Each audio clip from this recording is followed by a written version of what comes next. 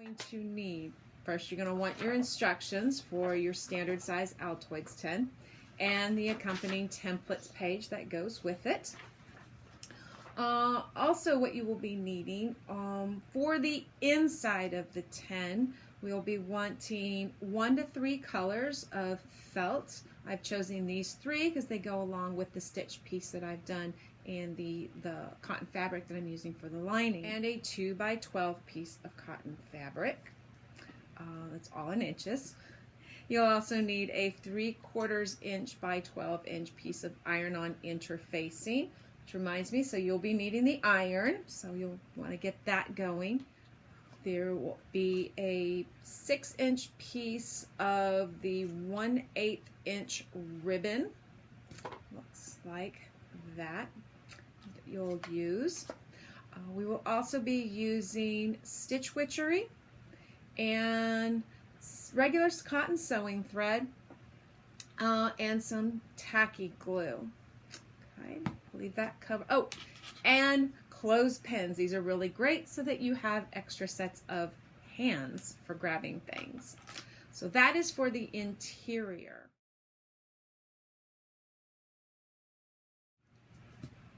All right, for step 3, lining the sides of the tin, you're going to need your 2 by 12 inch piece of cotton fabric and your 3/4 inch by 12 inch piece of iron-on interfacing. Step 1, you are going to take your cotton fabric and lay it down in front of you with the wrong side facing up. Okay, wrong side up. Then you're going to take your iron-on interfacing and you are going to place it glue side down. That's the really bumpy side. Glue side down on the wrong side of the cotton fabric, about 3/8 of an inch below the top long side. So you should have this, the wrong side of your fabric with the iron-on interfacing, glue side facing the wrong side of the fabric. Okay, edge to edge, 3/8 of an inch below the top long edge. Okay, and once we have done that, we take this over to the ironing board and we iron that interfacing on there. You've done that, you're going to take your stitch witchery, depending on what size you have. If you have the wider one, take it and cut it to the 12 inches and then cut that in half because you don't need it that wide and you don't want it getting all over your iron. If you have, this is the 1/4 inch one, that'll work fine. You just need to cut that at the 12 inches.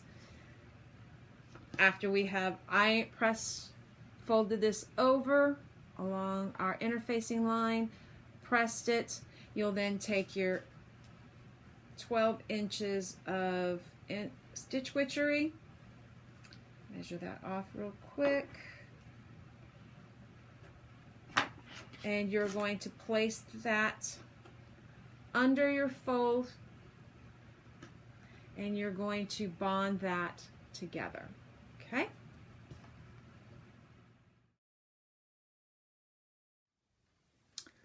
Okay, as you can see, I folded over my 3/8 inch seam allowance right along the line of the interfacing that we had, and then I used stitch witchery that bonded all that down so it's nice, neat, crisp, clean. Okay, so moving on to the next part, we're going to take one of the short ends and you're going to fold that over about 3/8 of an inch again here as well. And you're going to bond that short end with the stitch witchery.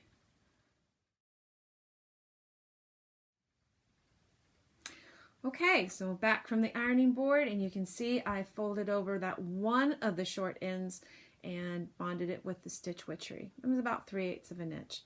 Your other end is to remain raw. Don't worry about it. We're going to take care of that and cover that up. All right, you're going to take your Altoids tin and you're going to take your band. Take the clean edge, and you're going to place that inside your 10, and I want you to fit it right underneath. You can see it's right underneath that curled edge in there.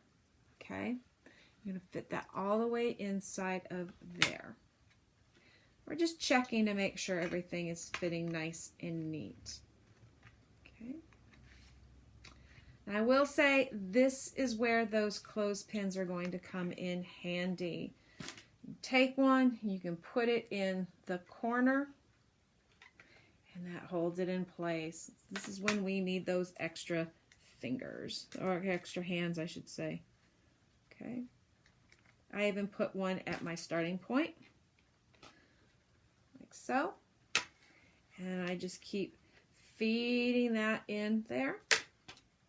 And put another clothespin. Feed it along in there again. Just make sure we're not, it stays smooth. I don't know if you can tell, you can see where this is the raw edge. I have it right now on top of my finished, but you can see that they overlap. So there's an overlap there. And it's not too much. I don't think we need to trim it. We'll leave it alone. So once we've got that and we're happy with that, take those off for a second. You're going to take it out. Easiest way to do it. Get your tacky glue, and you are going to put the glue right along the edge. I'll show you here in a second. So right along in through that edge as much as you possibly can. All the way around. Okay. It does not have to be the whole side. Just along the edge is fine enough. Okay, it works. Done several of these, they're all good. Okay. There we go. Cap my glue real quick. Okay. So as you can see, I've got my tacky glue all along the edges in through there. Skipping, of course, on the hinge parts. And we're going to take our cotton piece again, and we're going to put it back in, and again using our clothespins to hold everything in place. This time when we finish, we're going to want our finished edge to overlap our raw edge, so it hides that raw edge. I personally like to place my finished edge in the middle of the back, kind of centered between those two hinge points. I'll show you here in a second. That's where I like to have my meet up, my join, kind of hiding back in through there. Okay. Get my extra hands here. I'll show you again where I'm going. Okay. So you can see how it's just right up to that that curved edge. Got it butted up right against there, and my clothespins are helping me hold that in place. Now what I'm going to do now, I'm going to lift up, get that out of your way for a second. I'm going to lift up on my finished edge off the glue so that I can put my raw edge piece back behind it. Sometimes what I like to do is take a little bit more tacky glue and put it underneath. Although no, today's okay. But if you feel like your finished edge isn't quite sticking down on top of, sorry, it's hard to see, isn't that nice? On top of your raw edge here, you just see it. Then you can add a little bit more glue between the two layers so that it'll stick. And, other note. So you can see, this is why we had a 2-inch piece of fabric. You can see now how it lays on the bottom. And don't worry, I know it's sticking up. It's all going to take care of itself. That is going to help cover all of those little if you have any other little gaps, those are all going to be covered when you put the bottom in. That extra laying in through there is going to help take care of all of that. Okay. I will say, let's let the glue dry. I'll put my clothespins back on here. Okay. Give that some time to dry before you put your bottom in there. Okay.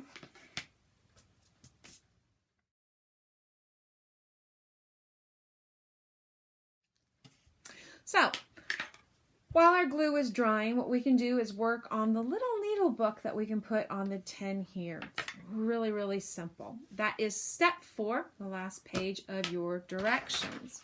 You're going to take your felt that you have, and on your template page, you have 3 pages for your needle book. If you want to use all 3, you can do that. If you just want to pick one size and keep it to that, that's fine. 2 pages, whatever you want to do. Okay. I personally chose, I like to do the 3 sizes. In the big 10, I'll do the 3 sizes. And pick the color combination that you want. Which one do you want to be the big, for the bottom, the middle, the top. Cut your templates out. Place them on your felt and go ahead and cut those needle pages out. I chose to do the brown for the big, the lighter tan for the middle, and then the red for the top one. Take your pinking shears, or if you have some other fancy cutting edges, use those. I have pinking. Take those and you're going to cut just along there. So you can see I just did the 3 sides for now. Let me see how I think that looks. I'm going to stack them, as I was starting to say, lining up my straight edges and doing right to left. And take my small piece and do the same thing. Okay, you can see how I've got that. And I decided I'm not too crazy about leaving that edge straight, but I'm going to go ahead and leave them stacked and take my pinking shears and cut that top.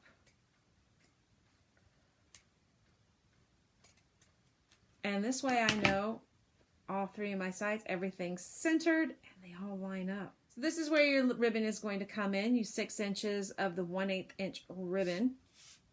And we are going to take a large needle. I like to use like a large doll needle. Take one of your needle pages. It doesn't matter what size. I'm going to use the small, just to make it a little easier. Place it on top, kind of centered. And we want to punch through those holes. That's what those marks on there for, is the holes where our ribbon will go through.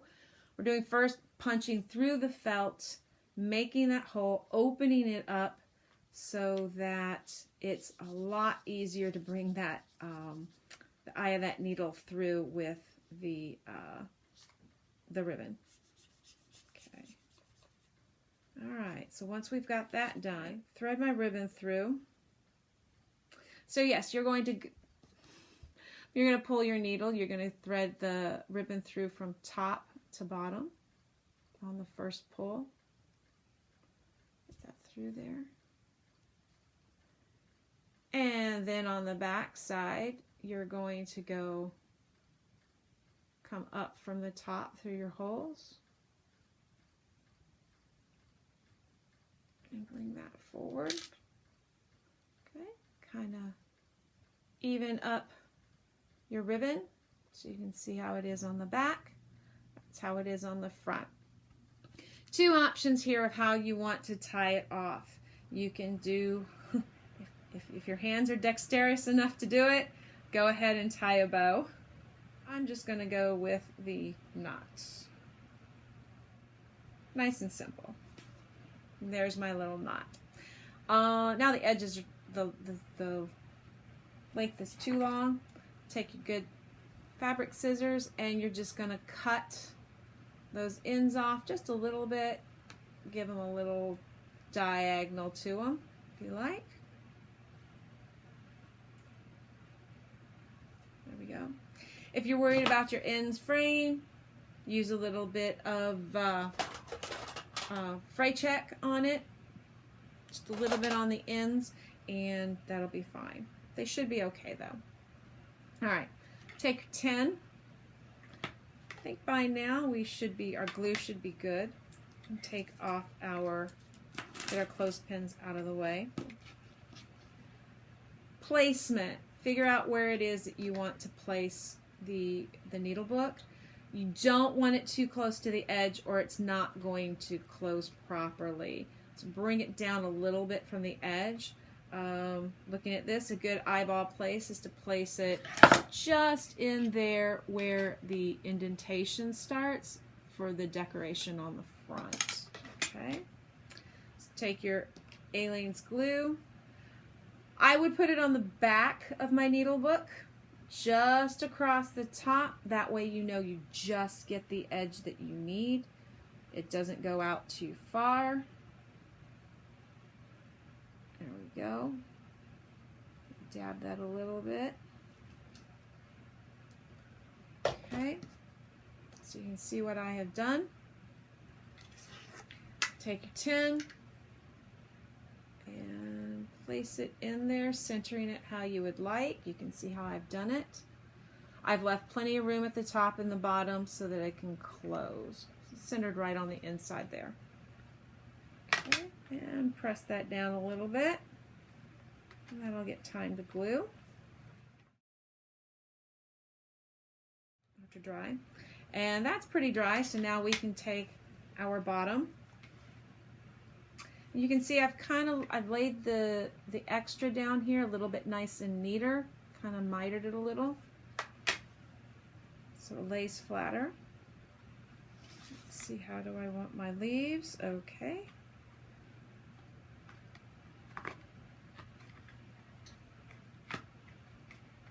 All right. Press that in nice and firm. And look at that. No gaps. You don't see anything. It's nice. It's decorative. Okay. Very fallish.